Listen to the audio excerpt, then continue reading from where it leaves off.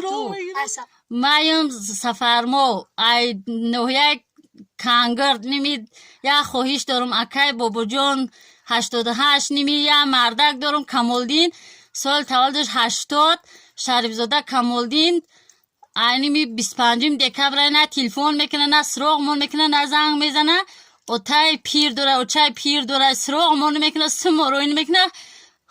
خواهشمو خواهش دارم که امرا درکش بیاوین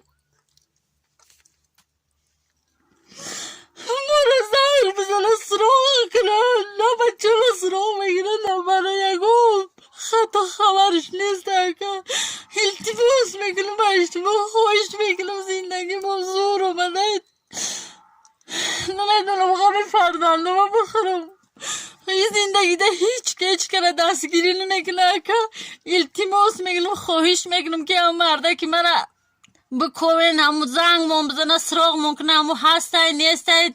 سلامتیش خوبه بگو زنگ بزنه سراغ کنه سمرای کنه ما همه چون میام میزنه خونشی بخیر دوستان مهربان خیلی مادر شما چی بگم اکای کمالدین برادر مهربان اهل بیت خشت وارد زن فرزند همش کوفته است یعنی حال مادر اوی چقدر گریه کرده است خواهش میکنم این برادر در جای دیده به همین رقم رو اکران زنگ بزنید صاحب باشن خواهش میکنم از شما که یک گپی خوب کامنتری خوب و یا لایک بگذارید تا همین آوار پنج شود خداوند صبر این مادر ای شهری کنگرد ای تاجیکستان بوده است خیلی مادر از او آورده که بچونی ها گریسته شده خدا نگهدار بارک و رحمت برای دستگیریتون که ویدیو را پهن میکنید الله شاید هرچی میکنم به خاطر الله به خاطر ملتم به خاطر وطن عزیزم میکنم التماس به نوارا پهن کنید اکا کمالدین رحم به فرزندات کن باز بگر به خونت